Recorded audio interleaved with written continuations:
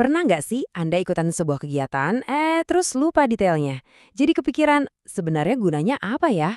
Nah, hari ini kita bakal kupas gimana sebuah buku pelajaran sederhana justru ngasih tahu kita kalau ikut aktif di komunitas itu kunci banget buat pengembangan diri. Bahkan saat kita nggak ingat setiap detailnya.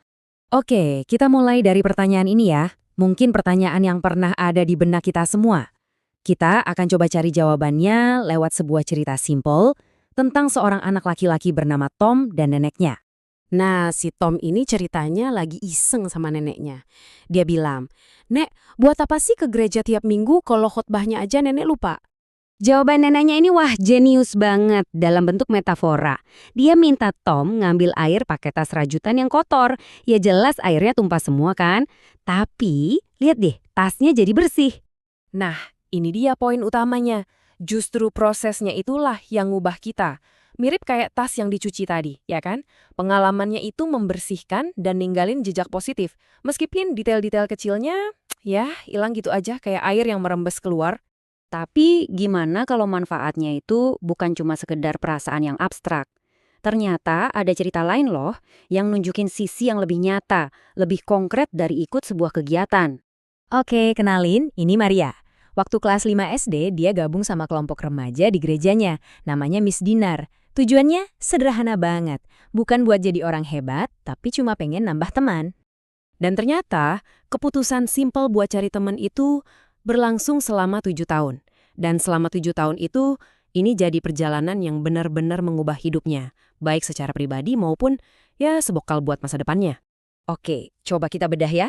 Gimana sih perubahannya yang luar biasa ini, langkah demi langkah. Dari anak yang pemalu sampai jadi pemimpin yang pede di berbagai organisasi. Ini benar-benar sebuah evolusi loh.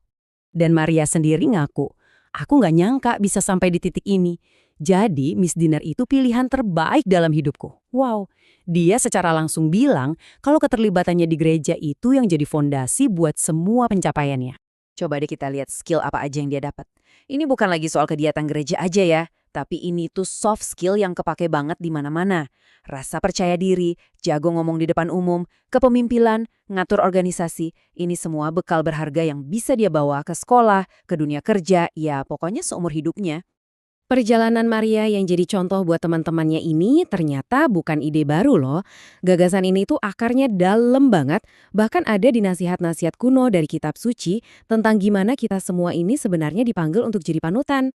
Ini ada di surat untuk Timotius, muridnya yang masih muda. Santo Paulus ngasih dorongan yang kuat banget. Dia bilang, jangan biarin orang mandang kamu rendah karena kamu muda. Justru, jadilah teladan. Baik dalam perkataan, tingkah laku, kasih, kesetiaan, dan kesucian. Intinya, jangan nunggu tua buat jadi pemimpin. Jadilah teladan dari sekarang. Dan nasihat Paulus ini bukan cuma soal iman ya. Ini tuh kayak peta jalan buat pengembangan diri. Latih dirimu, rajin sama tugas-tugasmu, pakai karunia yang kamu punya, dan biarin kemajuanmu itu kelihatan sama semua orang.